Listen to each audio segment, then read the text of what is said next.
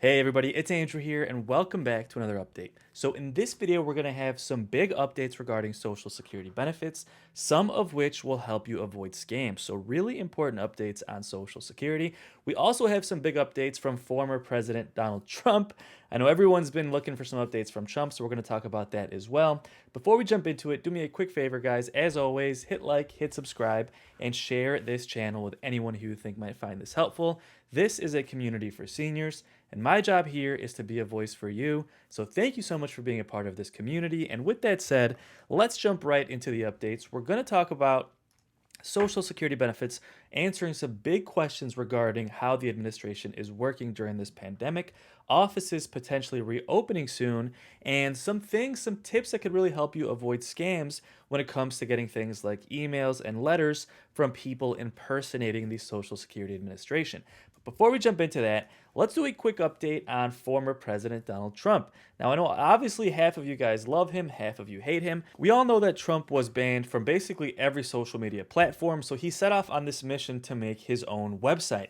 Well, that officially launched yesterday. So let's take a look, kind of see what's going on. Apparently, his first post a couple of days ago was "Get ready, your favorite president will see you soon." Let me know in the comments if he's your favorite president, guys. I have a feeling it's going to be a pretty polarizing question. Well, this whole situation is making Trump billions of dollars quickly. It's completely insane. And if you look at his stock, it's called DWAC. It's gone from $10 to $90 in just about 6 months. And it's surprising to see during a time when the stock market is crashing, inflation's really bad. So most stocks, especially growth stocks like this, are plummeting. His has been holding up pretty strong. It went from $90 down to $50, well, basically cut in half. And then it really went back up to 90. So interesting to see how quickly Trump is making money off this. Obviously, depending on if you look at Fox News or CNN and everything in between, people are either covering this in a positive light or in a negative light. So first we're going to look at Fox News, then we're going to look at CNN, and we're also going to see at how the website is going. Is the user experience good? Is the website going well? Or are things a little bit buggy? So let's take a look.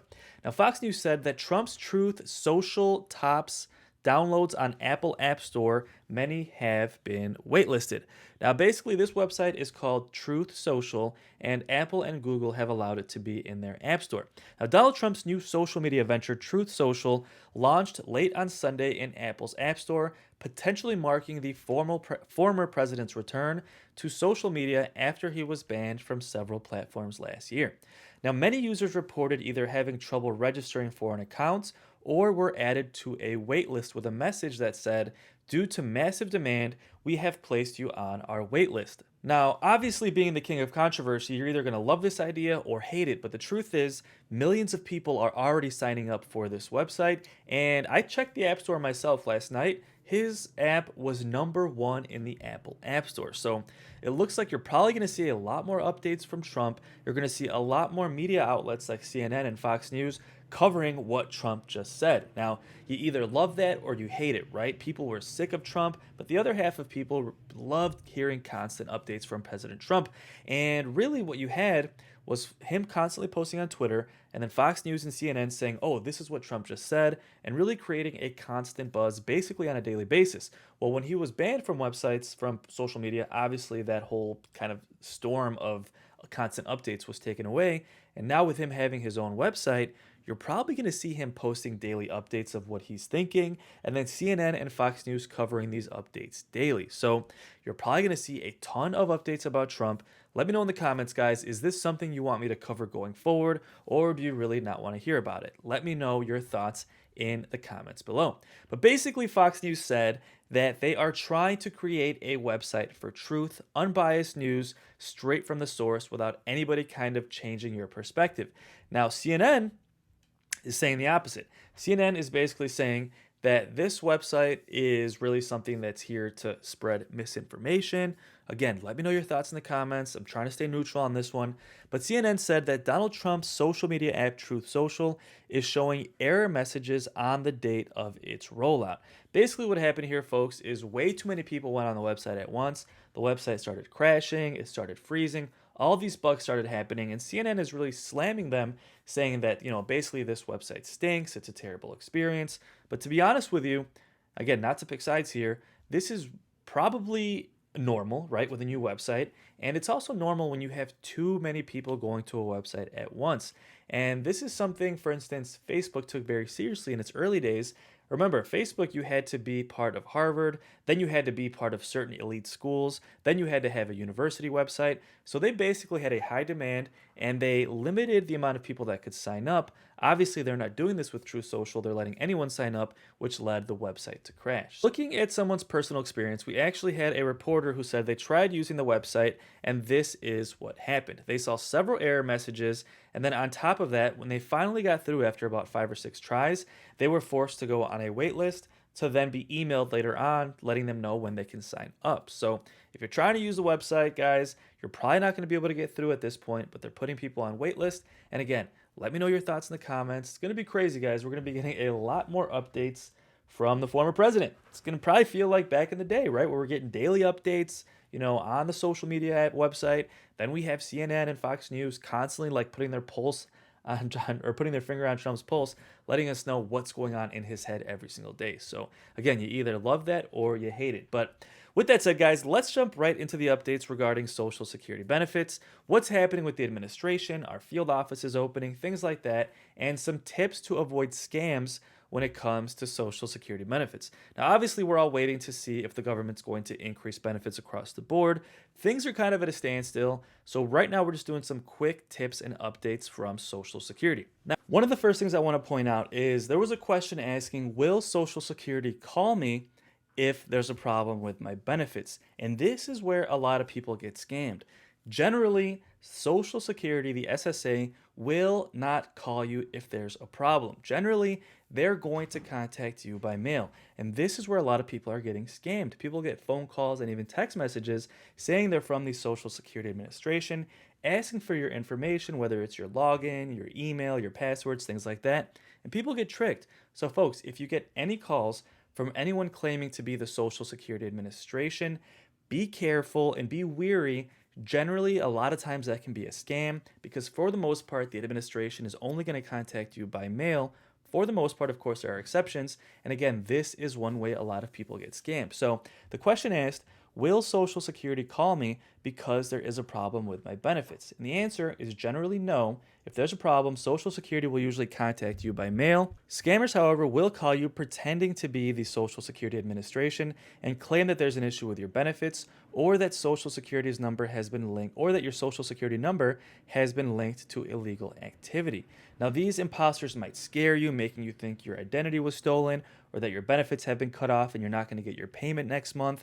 If that ever happens to you, hang up the phone and call the Social Security Administration directly. That's the best thing you can do to avoid scams. Now, other questions that came up were, can you receive a letter from Social Security about applying for SSI? Now, this can actually be legitimate if it's a letter, not a phone call. Now, as part of its efforts to reach vulnerable populations while field offices are closed, the administration is sending letters and emails to notify some Social Security beneficiaries that they might also qualify for SSI, a benefit for older, disabled, and blind people with low income. So again, if you get an email or a letter reaching out to you about applying for SSI, that could be a real legitimate letter. But again, the best thing you can do is pick up the phone, punch in the number to Social Security directly, and call them directly, just to make sure you're not being contacted by any scam. Again, that can be legitimate, but sometimes those are scams as well. So those are really the two main things to do to avoid scams. Be wary of any phone call, any email you get, and even any letter. Generally, the letters aren't scams though, because scammers really don't go through the effort of typing out letters and sending them to millions of people. But that is the best way to avoid a scam. And that is really, I've seen a lot of people in the comments say they got scammed by things like this, right? Especially by phone or by email. So a few more questions we've been getting about Social Security is, can you visit the Social Security offices in person yet? Well, currently, the field offices are still closed due to the pandemic, but we expect them to reopen at the end of March. That's the current schedule. Again, things could continue to change. This was actually supposed to happen about 6 months ago, and things got pushed back because of Omicron. Now, things are opening up. We don't expect it to be pushed back again, but we do expect probably most offices to open at the end of March. And let me know in the comments, guys, do you prefer doing these things in person, or have you been having a generally good experience over the phone? Let me know your thoughts. I know personally I've called the administration a couple of times just to gather some info for these videos, and for the most part I've been on hold for at least 20 minutes, sometimes as much as an hour and a half. So that's one thing they're trying to address as well. President Biden, in the next federal budget, which is still delayed as well, like everything else, they're trying to include more funding for the administration to add more representatives for the call centers to lower your wait times on the phone. Now, some people have been asking if they can apply for Social Security benefits online, and the answer is yes, you can do this online. You can also do it by phone as well. So if you know anyone that's kind of close to applying for benefits, let them know that they can do it on the phone, online, and after March, they should be able to do it in person as well. Now, as far as Social Security disability hearings, this has been delayed as well. A lot of people have been backed up. I've been getting comments from people who have been on the wait list for like 18 months. The pandemic slowed things down even worse. And to make things more difficult, they're still doing hearings, but only by phone or by video. You can't do any of these hearings in person.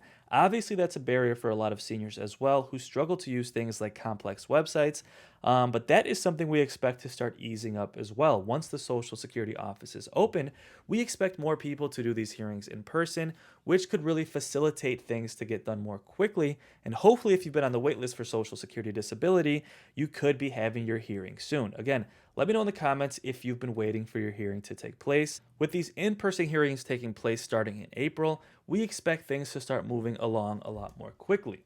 So with that said, guys, that's the update for today. I hope that was helpful. Let me know in the comments if you have any more questions you want us to answer in future videos. We'll continue to keep you updated daily on things like Social Security changes, what's happening with the economy, and politics as well. And again, let me know in the comments what you think of former President Trump's new website. So with that said, guys, I hope you're having a great day, and I'll see you on the next video.